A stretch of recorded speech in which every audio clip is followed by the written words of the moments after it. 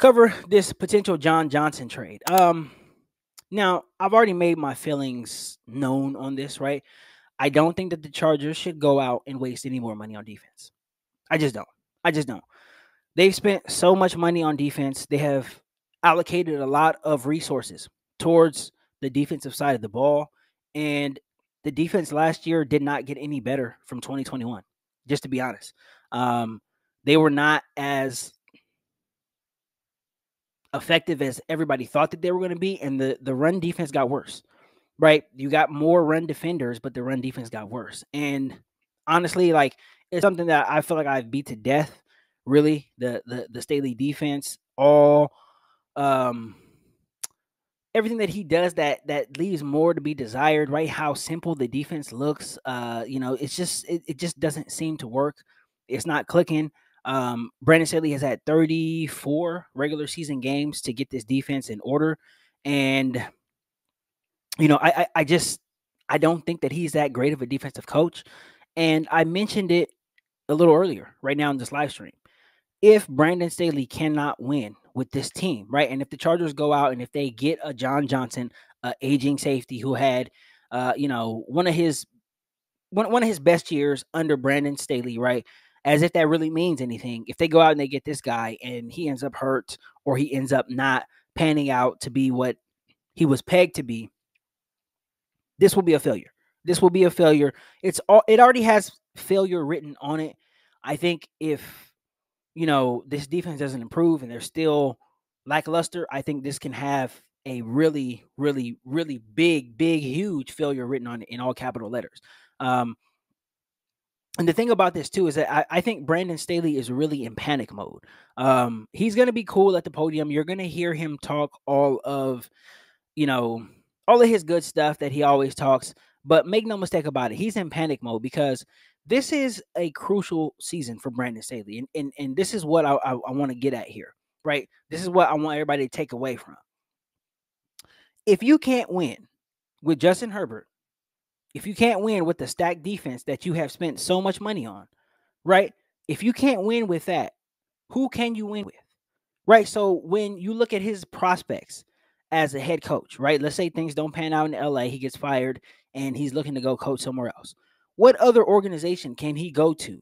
What other organization can he jump into that has a quarterback that's comparable, right, as far as talent to Justin Herbert? All those jobs are going to be taken, right? Kansas City, you're looking at Buffalo, right? You're looking at Cincinnati, right? All those guys, all the real talented guys, right? Even Jalen Hurts, maybe Philadelphia. Those jobs are taken. Those jobs are taken, and those coaches are going to be there for a while. So where can you go that is going to have a quarterback comparable to Justin Herbert? A GM, an ownership group that's willing to spend so much money on defense to where you don't coach these guys up and your defense doesn't improve from how bad you were the previous year, right? What other place can he go to? So that's why I think Brandon Staley is in panic mode. He is in panic mode right now because this could be the end of his head coaching career in the NFL. It really could be. Now, if that does happen, right, if he does get fired from the Chargers, right, do I think he could get a head coaching job potentially in the future? Yes. Yes, I do. But I think that he would have to work his way back into it, right? I don't think he would just get fired from the Chargers and have another team hire him immediately as head coach. I don't think that. I don't think that at all. Because you're supposed to be a defensive head coach. You're supposed to be a defensive guru. And in 3 years, with a bunch of players that you had in Los Angeles, right, when you were with the Rams, right, with a bunch of guys you had in 2020, you still can't improve. What does that say about you as a coach? It says that you are not a good coach. It says that you are riding the coattails of number 10. That's what it says. That's what it says to me, at least. When I'm looking at this thing and I'm looking at how the Chargers are going to approach this season, right, I'm not shocked by all of the defensive moves. I'm not shocked. Am I disappointed by it? Yes, I am. Obviously, you don't need more defense. You need more offense. But I understand what Brandon Staley's trying to do. This is his last hurrah, guys. You have to understand this. This is his last hurrah. He is not going to be looked at favorably. If this team does not win a playoff game, he will not be looked at favorably by anybody. owners, GMs, other coaches. What excuse would he have? What excuse would he have? And you can't use the injury excuse because guess what? They get injured everywhere. Teams get injured everywhere. If you use that as an excuse, you're never ever going to get a head coaching job ever again because all 32 teams have injuries and nobody can determine right from day one of the season. Nobody can determine how bad your injuries are going to be. That's something that you just have to deal with and you have to cross that bridge once you get there. But when you're looking at it from that standpoint, you can understand why the Chargers are going crazy defensively. You can understand why they want to get more and more and more defensively. You can understand that. Now, I do expect the Chargers to address the offense in the draft. I expect, some of the higher draft picks to address the offense. Even if they don't, though, even if they go defense, I would understand. Brandon Staley is going crazy.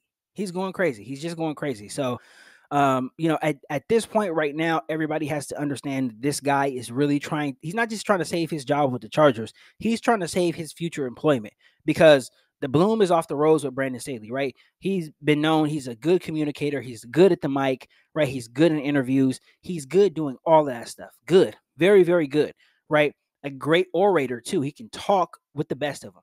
But the NFL is a result-oriented business. And if you're not getting results and if you're not getting better, right, you're being scrutinized. And your job is, being looked at every single day if your team is not getting better. So, what does this mean? This means the 2023 Chargers have to be good as hell. They got to win playoff games. Can't just win one playoff game. I think they got to win playoff games in order for him to keep his job. Honestly. I honestly think that. I really, really honestly think that. And I think Tom Telesco is tied to him as well, too. There's just no way to really have this type of stagnation and expect to keep your job with one of the top 5 quarterbacks in the league. There's just no way. I just don't see it. I don't think this is unprecedented as far as the Chargers go. I don't know if this has happened at other points in the NFL, maybe, but this is unprecedented for the Chargers. And any stagnation this year is going to result in him being fired. And hey, it's a tough business, but this is what it is. It's result oriented. Look no further than Nick Sirianni. Nick Sirianni is a mess at the podium. He's not that great at the podium. He's not really all that great in interviews. I'm not sure where he's from. I don't know if he's actually from Philly or somewhere around that area. I think he's an East Coast guy, but he cusses a lot. He doesn't orate all that well. But he's a hell of a coach. He's a hell of a coach. He got his team to a Super Bowl this year. Improved Jalen Hurts, right? Jalen Hurts was a guy coming out of college who was looked at that he can't really throw the ball. Goes out, has a great Super Bowl, right? Has a great Super Bowl. They don't lose the game because of him. They lose the game because of defense. But he developed him. He got him better. He got this team better. Nick Sirianni is a guy, he deserves all the credit that he gets because he got this team better. Now, he's not great at the podium like Brandon Staley is, but he has improved his team, right? And he has done a good job as the head coach in the NFL. You cannot say that about Brandon Staley. Even though you can say he's good at the podium, even though you can say he's a good communicator, he's a player's coach and all of that stuff, he's just not that guy. He's not the guy that we all thought that he was. And like I said, the bloom is off the rose. We must see results this year. Can't just talk about it. You got to be about it. So to go back to this John Johnson signing, I don't like it if it does happen. We'll see if it does happen. I hope that it doesn't. The Chargers have many holes that they must fill. So hopefully they're smart about it, but I don't know. Just the way that things are going this offseason, I don't count on it. So we'll see what happens going forward. But yeah, I don't like a potential John Johnson signing. I just don't think it's going to make that much of a difference, especially considering the Chargers have wasted valuable resources on that safety position next to Derwin James. They obviously drafted Derwin James. They extended him, rightfully so. But when you look at it, they drafted Nasir Adderley, 2nd-round pick. They obviously let him walk. They didn't re-sign him. Then they drafted JT Woods last year, 3rd-round pick. I don't think he can play. He doesn't look like he can play. He had an awful season, and he didn't even get on the field that much. He played a handful of snaps, and I can classify his season as being awful. Can't tackle, confusing coverage, just not great. So that would mean the Chargers are going to waste more valuable resources on the safety position next to Derwin James, right? Derwin James got his money, and that should be the only safety that you're paying. You shouldn't go out and you shouldn't pay a John Johnson. I just don't agree with it. If you want to fill that position, go back in the draft and find somebody, maybe find an undrafted free agent. I don't know. There's other options, but going out and signing another safety is just not a smart thing for me. So I'm completely out on this move altogether.